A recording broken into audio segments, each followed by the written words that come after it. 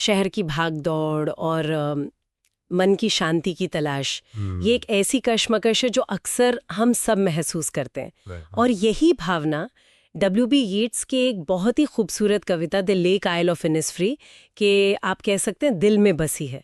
आज हम इसी कविता को थोड़ा गहराई से समझेंगे। हमारे पास इसके विश्लेषण के लिए कुछ स्कूल टेक्स्ट बुक से सामग्री भी है। हाँ, और ये कविता हमें ले जाती है इनिसफ्री, जो सच में आयरलैंड की लॉफगिल झील में एक छोटा सा बहुत शांत द्वीप है। और इसे लिखा है विलियम बटलर यीट्स ने।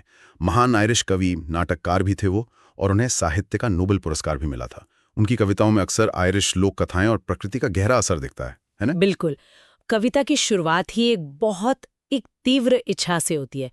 मैं अब उठकर जाऊंगा और इनिसफ्री जाऊंगा। ये सिर्फ कहने की बात नहीं लगती, ये जैसे एक पक्का इरादा हो। और वहां जाकर वो क्या चाहते हैं? बहुत ही साधारण चीजें असल में। हाँ बिल्कुल, वो चाहते हैं एक छोटा सा कैबिन बनाना, वो भी किससे? मिट्टी और गूंती हुई टहनियों से, जिसे अंग्रेजी में क्ले एंड वॉटल्स कहा गया है।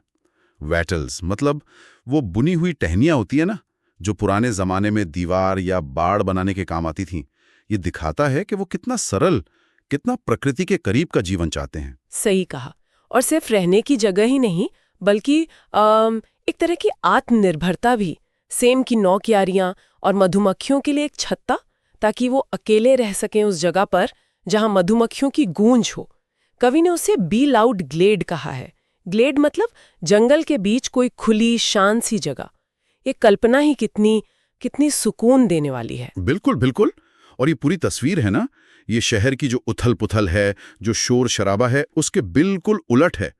9 सेम की क्यारियां, ये शायद सिर्फ खाने का जरिया नहीं, बल्कि एक मुनज्जम, एक शांत और संतुष्ट जीवन का प्रतीक हैं।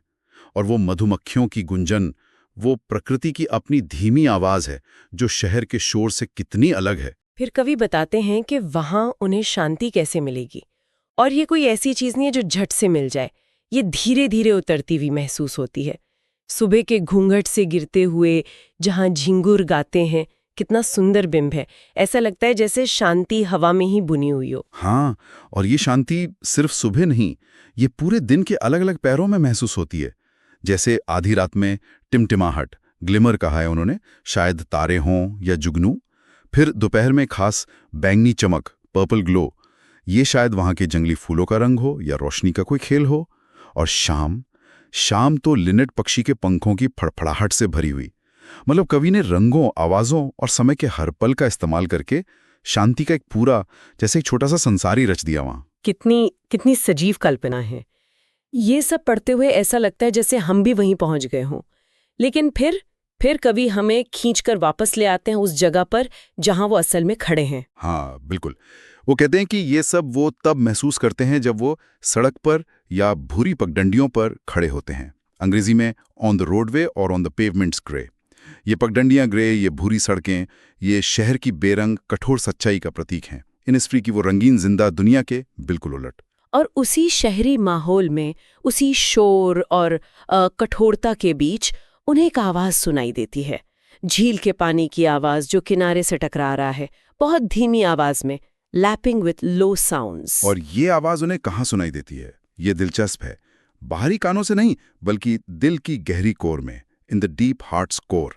ये दिखाता है कि इनिसफ्री जाने की, वहां की शांति पाने की इच्छा कितनी गहरी है, कितनी अंदरूनी है। ये सिर्फ एक सुंदर जगह घूमने जाने की बात नहीं है, ये तो आत्मा की प्यास है। हाँ, जो बाहरी हालात चाहे जैसे भी हों, उनके अंदर लगातार गूंज रही है। सही कहा। ये बाहरी दुनिया और अंदर के अनुभव का एक बहुत ही गहरा विरोधाभास है। तो मतलब ये कविता सिर्फ प्रकृति का वर्णन भर नहीं है, ये मन की गहराइयों की यात्रा भी है। बिल्कुल सही। ये कविता एक तरह से शहर की जो बनावटी जिंदगी है, जो भागदौड़ है, उसके खिलाफ एक खामोश सा विरोध भी है। ये प्रकृति, सादगी और अपनी अंदरूनी शांति की तलाश की कहानी है। लेकिन यहाँ एक सवाल उठता है जो सोचने लायक है। क्या इनिसफ्री सिर्फ एक असली भौतिक जगह है जहां जाकर ही शांति मिल सकती है? हाँ, ये सोचने वाली बात है। या फिर जैसा कि टेक्स्ट बुक में भी इशारा है, क्या इनिसफ्री मन की एक अवस्था भी हो सकती है? क्या हम अपने अंदर ही शांति का वो कोना, वो इनिसफ्री बना सकते हैं, चाहे हम शहर की किसी भी भूरी पगडंडी पर क्यों ना खड़े हों? सही है। मतलब क्या सच्ची शांति बाहरी जगह पर निर्भर है या हमारे अपने अंदरूनी नजरिए पर, हमारे चुनाव पर? इसी सवाल के साथ, इसी ख्याल के साथ आज की ये चर्चा यहीं समाप्त करते हैं।